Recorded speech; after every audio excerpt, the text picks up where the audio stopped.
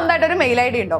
ആവശ്യമുള്ളിടത്തും ഇല്ലാത്തടത്തും എല്ലാം ഈ mail I D കൊടുത്തിട്ട് അവസാനം ഇൻബോക്സ് തുറക്കുമ്പോൾ മെസ്സേജസ് കാരണം കൊണ്ട് ഓപ്പൺ ചെയ്യാൻ പോലും പറ്റാത്ത സിറ്റുവേഷൻ ഫേസ് ചെയ്യുന്നുണ്ടെങ്കിൽ നിങ്ങൾക്ക് മാത്രമുള്ളതാണ് ഈ വീഡിയോ. ഇപ്പൊ തന്നെ സേവ് ചെയ്ത് വെച്ചോളൂ. നമുക്കറിയാം ഇപ്പൊ ജിമെയിൽ തന്നെ ബൾക്കായിട്ട് ഡിലീറ്റ് ചെയ്യാനായിട്ടുള്ള ഒരു ഓപ്ഷൻ കൊടുക്കുന്നുണ്ട്. പക്ഷേ ഇതിന്റെ പ്രശ്നം എന്താണെന്ന് വെച്ചാൽ നമ്മൾ സെലക്ട് ചെയ്ത് കൊടുക്കുമ്പോൾ നമുക്ക് ആവശ്യമുള്ള മെസ്സേജസ് പോലും ഇതിനകത്ത് സെലക്ട് ആയി പോകും. അപ്പൊ പിന്നെ നമുക്ക് അതിനെ റിമൂവ് ചെയ്യാനായിട്ട് ഇരിക്കേണ്ടി വരും. പക്ഷെ നിങ്ങൾ ഈ ഒരു സെറ്റിംഗ്സ് യൂസ് ചെയ്യുവാണെങ്കിൽ നിങ്ങൾക്ക് സിമ്പിൾ ആയിട്ട് ആ കാറ്റഗറി വൈസ് ആയിട്ട് ഡിലീറ്റ് ചെയ്യാനായിട്ട് പറ്റും. അതിന് നിങ്ങൾ ചെയ്യേണ്ട ഇത്രയേ ഉള്ളൂ. നേരെ ഗൂഗിളിൽ പോയി ജിമെയിൽ ഓപ്പൺ ചെയ്യുക. അവിടെ സെറ്റിംഗ്സിൽ പോയാൽ നിങ്ങൾക്ക് സീ ഓൾ സെറ്റിംഗ്സ് എന്നുള്ളത് കാണാൻ പറ്റും. ഇത് ക്ലിക്ക് ചെയ്ത് കൊടുക്കുക. ഇവിടെ ലേബൽസ് എന്നുള്ള ഓപ്ഷൻ കിട്ടും. ഇതിന്റെ അടിയിൽ കാറ്റഗറീസിൽ പോവുക. ഇവിടെ ഷോ കൊടുത്തു കഴിഞ്ഞിട്ടുണ്ടെങ്കിൽ നിങ്ങൾക്ക് കാറ്റഗറി വൈസ് ആയിട്ട് മെസ്സേജസ് കാണാൻ പറ്റും. ഇത് ഓരോന്നിലും പോയി കഴിഞ്ഞാൽ നിങ്ങൾക്ക് ഡിലീറ്റോൾ കൊടുക്കാനും പറ്റും.